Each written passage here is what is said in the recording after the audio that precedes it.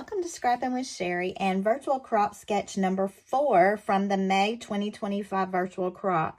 Now I have pulled out several different things for this particular layout, and one of those is the Craft Happy Pack. And I looked at this initially and I thought, well, I don't need that because there's a lot of things in there that just really don't apply to my life. But I can tell you there are parts of it I absolutely love. One of them being this stripe paper here that I'm going to use today. Now, some of you may notice this and you'll ask about it. The simple page kits that Creative Memories is putting out monthly, they are also offering quarterly. And if you buy the quarterly bundle, you get these little folders for them. I love, well, they're actually pockets. But I love these pockets, and when I get a new collection, a lot of times I'll just stick it in the pocket while I'm working with it, and then when I get down to smaller pieces, I reorganize it into colors or themes or whatever. But this is a great way for me to keep some of these smaller collections. These pockets are also excellent for traveling, and when I get all 12 of them, I'm thinking I can organize my pre-made pages into these by months because they're numbered 1 through eventually 12. And then I'll have my pre-made pages organized for the whole year according to the months. So I'm excited about these pockets that come with the simple page kits when you do the quarterly subscription. Now, I did say that I'm using products from that craft collection. And for this, I'm going to be using this stripe that I mentioned, and then the scissors. And I know a lot of you are thinking, well, I don't really scrapbook the scrapbook things I go to, or I don't have other hobbies that I scrapbook. But this came out just in time for my granddaughter's first haircut. So I was super excited about that. Now, this piece of paper I have pulled to go along with it is from the Dual Tones Oranges. It's really bright on the back side, which is also pretty, but I felt like this matches this orange tone really well right here. This was called Sweet Potato on this side, and I'm going to be using my older scissors punch. Now, I believe this one came back and was actually a cheaper price for a short period of time. So, in looking at sketch number 4, I know that's a lot to get you to the sketch, but there are 4 different borders on here. And I've already pre-cut 3 of those, but I just want to show you what I'm doing. I am using the Platinum Shimmer for this. And with this particular border punch, you're going to line up with the black line on front first, like most of them, and make your first punch. But then after you make that and you slide, this is a very repetitive design. It doesn't change. You need to line up the little triangle right here. If you don't line up that triangle, you're going to cut in a weird spot and you're not going to get the look you desire. So be sure you line up the little triangle as you're covering the blue every time. And you should get a pretty perfect punch. Now, what I decided to do in creating this border was, instead of just having these silver scissors all the way down, let me get rid of this punch confetti. I decided I didn't just want the plain silver scissors. So I went back and cut a blue border, a navy border just like that, and cut off the handles so I can make navy blue handles. And in doing those, it's not really that hard necessarily. It kind of looks like a little bow. And if you were needing a bow for something, hey, it'd be perfect for that. It's not hard. It's just a little time consuming. So I went ahead and made 3 of those really quickly. Well, not really quickly. I made 3 of those off camera so I wouldn't take up all your time. But basically all I've done is just cut the handles off and line them back up and just put them on with repo tape. And I think it just makes the scissors look a little more interesting rather than just the full out silver all the way up and down. So I'm just going to finish this one little border, and then we'll get right back to that sketch. So how many of you actually participate in the virtual crops? I know a lot of my customers watch the virtual crops. They look at the ideas, but they don't really participate. So what does it mean to participate? It basically means that you get on there on the second Friday afternoon of the month, and you see the little sketches posted, like on these printouts that I do.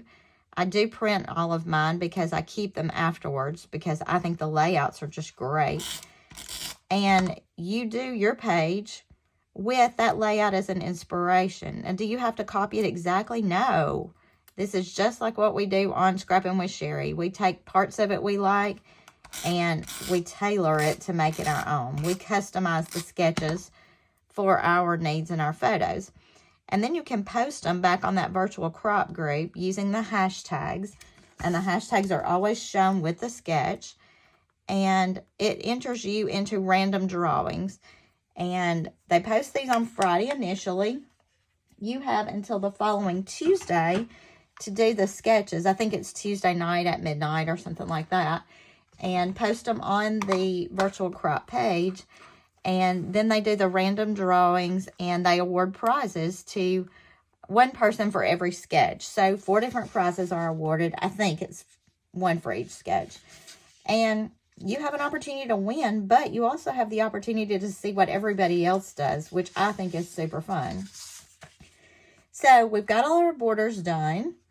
And when I'm looking at this now, the next thing that it shows is we need a piece of paper up here, although I think they've just used white space here. We need a 12 by 6 here and here. And then there's a 1 by 12 inch border here and here.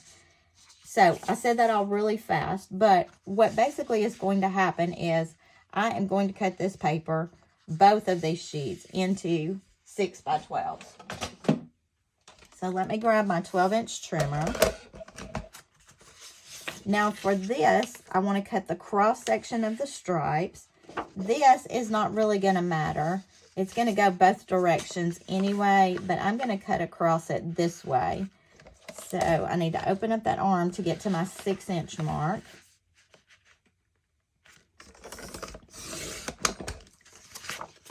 And I cut those both at the same time because that just means that everything is lining up exactly right. And then I'm going to use this sweet potato for this 1 inch strip here and here initially. And then we'll see if we want to use it for even more. I thought this was a good color, and my granddaughter's little outfit. And you know what? I was actually thinking I may want to put those scissors onto that strip. And 1 inch is not going to cut it because the scissors are wider than that. So let's do a couple of 1.5 inch. We'll just see how that plays out. Now these are also going to act as my welding strips to put these papers back together again. And right now I'm just going to lay that to the side until I figure out where I'm headed. Now I do want the scissors to show here. And I'm going to put my stripe on the bottom. And then here, I could go either way. I could put the scissors here and the stripe here. I don't think it's going to make a big difference. I think I'm going to let my scissors go this way. But I'll tell you something I am thinking about here. So I don't have my scissors go in both directions. I'm almost thinking that I may cut this at 6 and just stick it onto the bottom of this. Let's just do it. It's paper. If I hate it, I've got another sheet I can redo. But I didn't really want to cut both sheets of this paper initially. So that keeps our scissors going the same direction there. Does that match up exactly? No, but a lot of it's going to be covered with pictures anyway. So I'm okay with that. Now here's what I'm going to do. I'm going to flip this over. Let me just make sure, because, I mean, it would be really funny if it matched one way and not the other. That matches pretty well. We'll go with it. I'm just going to use this 1 inch strip that I cut as a welder. And when I weld, I just butt together the 2 pieces of paper I'm using. And then just put a piece of paper on the back side of that. And I can cut that with my trimmer or with scissors. But I've effectively welded that paper right back together. Now we're going to do the same thing here and then again with this one. But these I'm going to weld with those bigger 1.5 inch strips because it shows us having a border here anyway. And we're going to use that welding strip as a dual purpose. It's going to weld to hold this together, but it's also going to create a border that we can put some of those scissors on. Now, the best thing, in my opinion, about this is the fact that I don't have to match this from this side to this side, because the paper goes a different direction on the opposite side. So I'm just trying to get it straight through the middle. I'm kind of doing that using my 13-inch mat and gauging where I am as far as the lines on the side, and it's pretty close. So let's go back and weld these two pieces together. And I'm seeing a little discrepancy here. This top piece was a touch wider than this one, but we're going to make that work, and our welding strip's going to cover it all anyway. Now here, probably what I need to do is line up this outside edge.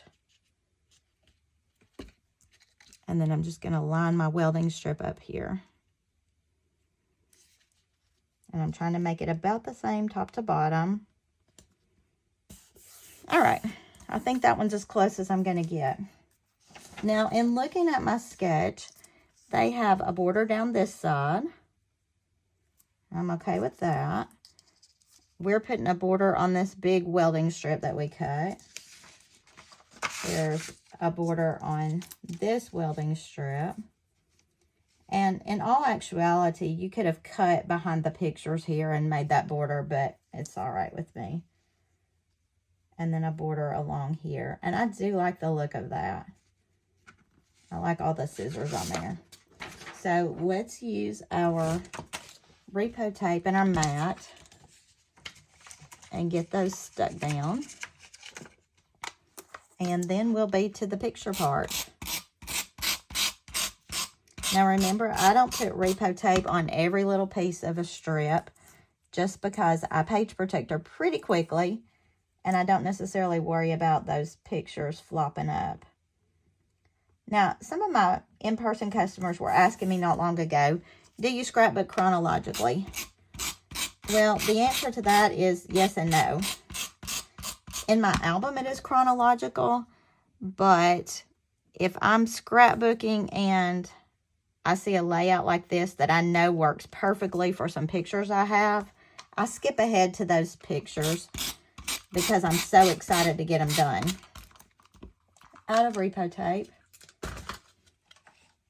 Remember to clean out any residue. Oh, and look what I've noticed. This little section right here, I don't know if you can see that, it just broke off. And here's the little piece that broke off. That happens occasionally from wear and tear on your tape runner holders. When that piece breaks off, you need to discard that tape runner holder and get you a new one, because that just means that your tape is going to gunk there and it's not going to roll accurately. So let me grab another holder and we'll go again. All right, so putting our tape runner in. So where was I? On scrapbooking. I scrapbook what I want to at the time, but I have a specific place that it's ready to go into an album, so I know where it goes when I do scrapbook it. So I don't necessarily make the pages in chronological order, but when they get into the book, they're in chronological order. And I'll just show you that at the end of this video in case you're interested. And if you have questions about that, you can let me know. But it works for me. All right, so we've got our 4 major borders on. Let's look at the picture placement. And when I'm looking at it, you know, of course, I didn't develop mine exactly the same size as theirs. I'm also seeing that I've got some overhang here, and I'll just trim that off when I'm finished. But remember, there are size variations in all these papers. So this particular event is not a crafty event at all. My granddaughter was getting her first haircut. She is almost 3½, and you can see how very long her hair had gotten, but her mommy just hated the thought of cutting it because it's just so pretty. And we have several pictures that don't even fit the sizing. Like these are printed pretty close to size, but I just kind of printed here and there as I wanted to. Now this was kind of a finished product of her haircut, so I feel like it can go over on this side. But I went ahead and printed several in this 4x4 size, or 3.5 by 3.5, which is not even what they called for at all. But I liked that. I felt like that was a good combination there. And I think what I might do, this is the little bag that has her piece of hair in it. I think what I'll do is slide these up. I'll bring this one over to here because that's actually before her haircut. And the sketch has 2 up and downs and then a smaller one on the side. Here it had 2 horizontals. Well, I made 3 squares instead with the final picture to go here. So that's how I'm going to stick mine, and then we will look at embellishments. So let's just get these stuck down and see what we've got next. Now, if you're paying attention, you will notice too that this one is not a full square. My pictures are pre-printed with borders on them because I do those myself. And what I'm doing is overlapping these borders, so it almost makes it look like they're matted in white as one big, long picture. And sometimes you get really lucky in spacing, and that spacing is good with me, top to bottom. This one I'm going to add in. And I'm just going to angle that like the sketch had it initially.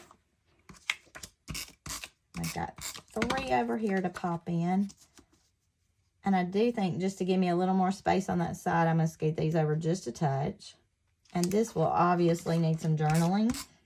This works out really well because this is one of my daughter's best friends, and she babysits my granddaughter sometimes, and she's a hairstylist, so it worked out perfectly for her to be the one to cut the hair for the first time.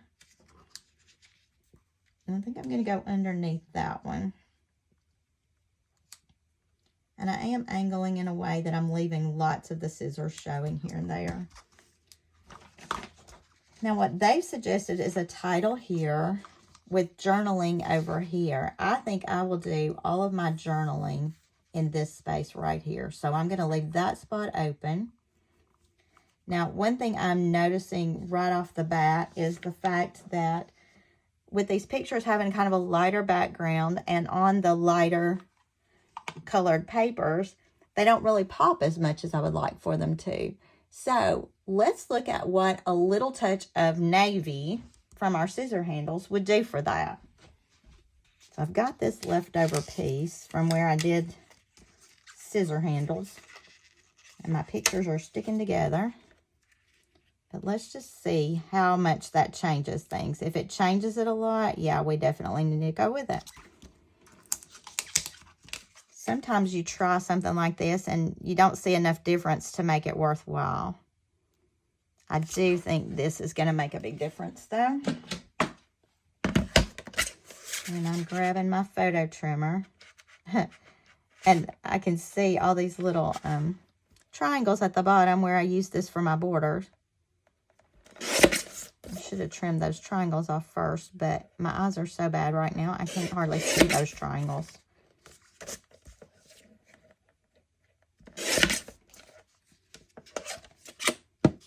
All right, look at the difference that does make. I think it really makes it stand out a lot better. So I'm going to take just a minute and go through and mat all these pictures real quick. So I've got all the pictures matted except for these right here.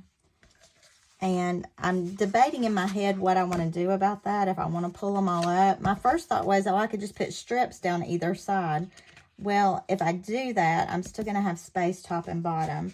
So I am going to pull all these up. And because of the way this is going to play out, I'm probably going to leave a little space between them now so that navy will show all the way around them. That was not my initial plan, but, you know, sometimes we change midstream. And that's okay. If I weren't doing videos, you would just look at the finished page and go, oh, that's really great. And you would never know how much I changed my mind in the course of doing a page. All right. Now let's tape them down again. I think sometimes just for the sake of making the picture stand out, you have to change things up a touch. And I do think adding the navy behind this is really going to make them stand out from the background. And my goal is always to make my pictures look the best they can. I want them to stand out, not the decor. The pictures and the journaling really make it in my world. Oh, and if I go up just a touch there, I'm looking at spacing again because I'm thinking, okay, I could leave a whole handle of scissors here. I can go up here, which leaves me a little bit of that sweet potato color behind or below. And part of the reason I chose that was because of the corally look in her little outfit. I mean, it's a lot lighter than that, but I felt like that was a good accent color to bring in. And navy, just because I love navy, and it sure does pop on these particular pages. All right. So let's go back to our sketch, see what we've got left, and what we need to do to finish this page out. So they've added circles here and here. Well, I don't have space to add circles here for sure. There's an embellishment up here. They've done a journaling here. I'm not going to do a journaling there. And then we've got a couple of circles here, which I do kind of like there. And then journaling, my journaling will go here. So let's pull our 1 3/4 inch circle punch.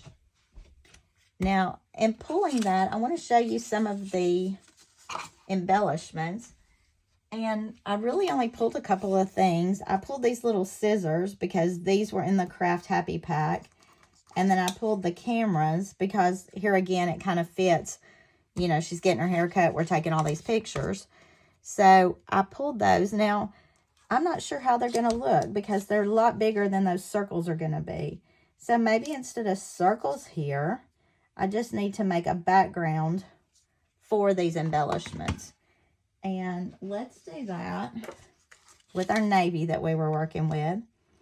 Now, if you've looked at this Craft Happy pack, you're going to notice that these embellishments are vellum, which is something that we've not had, which creates a problem in my mind because if I stick one of these foamy things behind it, look what happens. It shows straight through, and I don't like that. But you know how I like foamy stuff. So we've got a couple of options here. We can mat this on white first. So let me pull a touch of white. If we mat them on white, it actually makes the color look more true. But we still got to get this stuck somehow. And I'm going to use my repositionable tape for that. And just dot it behind some of the darker spots on my embellishment. There is vellum tape. Creative Memories does have some. But I use my repositionable tape a lot for vellum. Especially if you can just dot it behind some of the darker spots. It doesn't really show through. Particularly if you are using a white background behind that too. And I do like the white behind it because it does make it pop. In my opinion, I would much rather they have just been embellishments rather than the vellum. But I'm sure a lot of people are going to do some great things with the vellum. And then I'll love it too. But as for right now, I'm just making these more like plain embellishments. Now, you know I have fussy cut a few times. It's not my favorite thing to do. If you are a fussy cutter, this would be a great place to do that. Because I do think it would look really cute. And a part of me saying, do it, do it, do it. And a part of me saying, no, no, no. So, for right now, the no, no, no wins. And I'm just going to add this onto my navy. And I did pop it up with some foam piece. It was actually a foam circle, not a square. But I like the look of that. And because these did come from this Craft Happy pack, they match perfectly. I don't have to worry about the colors being off. And that makes me really happy. Let's go ahead and cut this one down, and then I will pop it up as well. Now, I feel certain in some of my stuff, I have got something that says first haircut. You can see I'm using the back of some photos that I messed up as my white papers. So I don't just throw those photos that I happen to mess up in printing away. I use the backs of them as white. And let's go ahead and add this. And I could do it either direction. I think I'll go this way with it. It just takes out some of that extra space. Now, I've still got plenty of scissors showing on that page particularly. Not as much on this page, and I probably could have done a better job with that, but I think it's all right. And then here, I'll put the cameras. And these 2 pages are effectively done, except for my journaling and maybe a first haircut little embellishment. So what do you think about this? This is the virtual crop sketch for May 2025. This is the number 4 one. We changed it up a little bit, but not a whole lot. We've stayed pretty true to the sketch. So I'm pleased with that. One thing that I'm going to go back and do, and you'll see it in the final picture, I'm going to do some, just some little doodling around the outside edges of these scissors on the white. And I think that'll be cute. And I do like doodling more than fussy cutting. So there's our 2-page layout. You'll see the finished product in a minute. But let me show you real quickly how that works in my album organization. So when I start a new album, I have my album cover. And I take pictures and lay them in. Now, this one says cover, and I've got a couple of pretty flowers. I've got more flower pictures, but I lay them in there with whatever they're going with. So if I see a 1-page sketch I like, I'll do this cover. But some of these you've seen as I've done them in on videos. And as I do them, I add them in. Here's something where I need to do a video that you'll see. And as I do the pages, I just add them where they go. And I go through my pages and I make a note of what's going on that page, if it's a 2-pager or a 1-pager. Everything gets put in as I do it. And the fun part for me is, wow, there's a lot more of this done than I thought. I did these Easter baskets. I haven't added the pictures yet, but that'll be easy. But anything that I need to go back and do, I can see at a glance, oh, I need to do that page. Now, these aren't page protected, and you can tell it because my embellishments are sticking. But I didn't want them page protected while I showed you this. Here again, another page that needs to be done. But you can see most of them are done. And I'm pretty much up to date, except for a few pages here and there. But when I see a layout I like, when I see a sketch that looks good for it, I'm able to do that and throw it right in there. So that's how I lay out my albums to get them ready to go. And here's the one for the haircut. That was on May 3rd. Those 2 pages will go right there. And I continue on until that album is full. I hope that helps you with organization. I know sometimes you get to your next set of pictures and you think, that's not even really what I want to scrapbook next. This is a way that I can scrapbook exactly what I want, when I want to. I can do the fun pages like this, and I can go back later and add in all the others as I see the need. So, you got a lot of information today, way too much probably. You're probably on overload, but thanks for sticking with me. And until I see you next time, happy scrapping.